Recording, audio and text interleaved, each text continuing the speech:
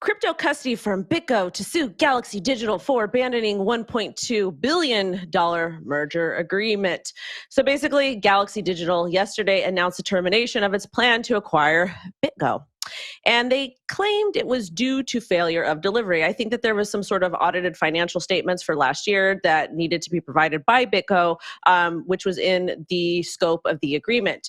And BitGo failed to do that. So Galaxy Digital says, we don't want to acquire you.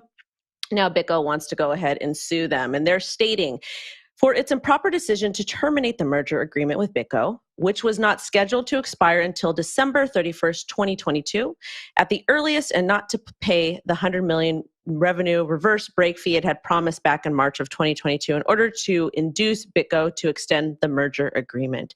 BitGo said it will seek the $100 million fee more than the amount in legal damages, and Galaxy Digital says no termination fee is payable in connection with the termination. So we're going to see another crypto legal battle. Let me actually throw this to Jen because she is wearing purple today for her thoughts. So there's a quote here I want to point to from one of the lawyers that are representing BitGo in this case. They said either Galaxy owes BitGo a $100 million termination fee as promised, or it has been acting in bad faith and faces damages of much more than that. I wonder if they will be able to prove that Galaxy was acting in bad faith. That would be a really interesting scenario for Galaxy to have known that they didn't want to be a part of this deal for X amount of time and then to have backed out. So I think it will be an exciting case to watch play out.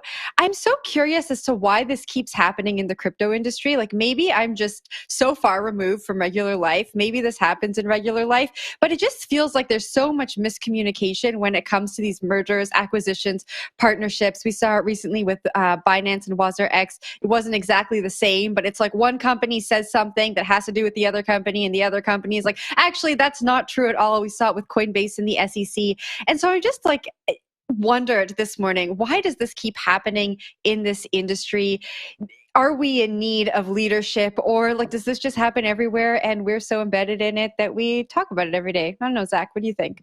I think drama, lots of drama here. That's all I think. Big time drama. This is what makes business reporting fun, actually, right? Here's these big, high stakes deals that get announced, and sometimes they don't get consummated. This was $1.2 billion. This was a huge acquisition. It was expected to be among the biggest in crypto history and certainly notable in the broader business press. So for this to, again, not come to pass is crazy. And obviously we're going to see a bit of contentiousness unfold here. Both sides did not see this as a mutual and amicable break.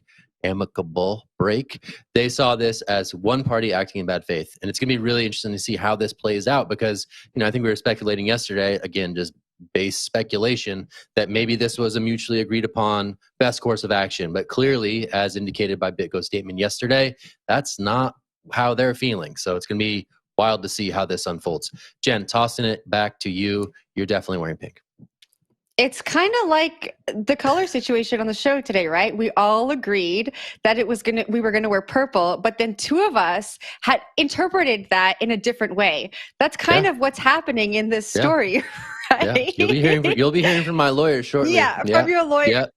I mean, Wendy, if the commenters aren't saying that this is purple and that is pink, I'm also very upset. The commenters are saying we did you dirty. They are. So, mean, everyone's on your side, Zach. Wendy, I wanted to throw it back to you. Yesterday, you were saying like this could be a result of market conditions, right? And we know that Galaxy was a big supporter. Well, Mike Novogratz was a big supporter of Terra Luna.